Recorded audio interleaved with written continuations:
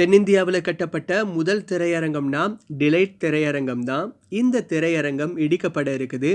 இந்த திரையரங்கம் சம்மந்தமான சில விஷயங்கள இன்னைக்கு இந்த வீடியோல நம்ம பேசி தெரிஞ்சுக்கிறலாம்.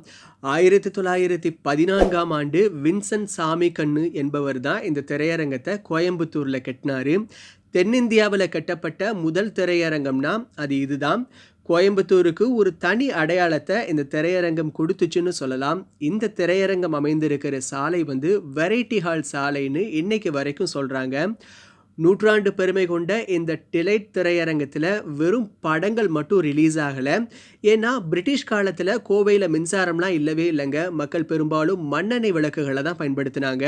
கோவையில இயங்குகிற முக்கியமான கல்வி நிறுவனங்கள், தொழிற்சாலைகளுக்கு மட்டும் ஊட்டிக்கு பக்கத்துல இருக்கிற பைக்காரா நீர்த்தேக்கத்துல தயாரிக்கப்படுற மின்சாரத்தை மட்டும் பிரிட்டிஷ்காரங்க வழங்கினாங்க. இந்த சமயத்துல வின்சென்ட் சாமிக்கண்ணு என்ன பண்ணார் அப்படின்னா, வெளிநாட்டுல இருந்து ஆயில் இன்ஜினை கொண்டு வந்து அதன் மூலம் மின்சாரம் உற்பத்தி செஞ்சு திரையரங்கத்தை ரன் பண்ணாரு. இந்த திரையரங்கம் அமைந்திருக்கிற சாலை எல்லாத்துக்கும் மின்சாரத்தை கொடுத்தார் அவரு. ஆனா 1950க்கு பின்னாடி இந்த திரையரங்கம் வேறொரு நபருக்கு விற்கப்பட்டுச்சுன்னு சொல்றாங்க. அந்த சமயங்கள்ல எம்ஜிஆர், சிவாஜி கணேசன், ரஜினிகாந்த், கமலஹாசன் உள்ளிட்ட பல திரை நட்சத்திரங்களுடைய படங்கள் வந்து ரிலீஸ் பண்ணப்பட்டுச்சு.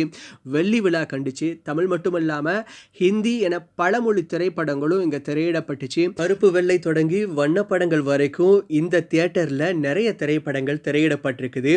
ஆனா இன்னைக்கு இருக்கிற டிஜிட்டல் காலத்துல போதிய தொழில்நுட்ப மாற்றங்கள் செய்யப்படாத காரணத்தினால டிலைட் தியேட்டர்ல பழைய திரைப்படங்கள் மட்டும்தான் ரீ-ரிலீஸ் செய்யப்பட்டுச்சு.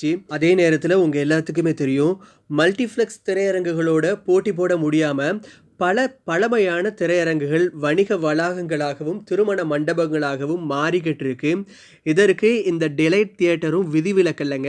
பராமரிப்பு பணிகளுக்காண்டி காட்சிகள் ரத்து செய்யப்படுவதாக திரையரங்க நிர்வாகம் கூறிய நிலையில தற்போது இந்த திரையரங்கம் இடிக்கப்படுவது திரைப்பட ரசிகர்களுக்கு மத்தியில ஒரு பெரும் அதிர்ச்சி ஏற்படுத்தி இருக்கு.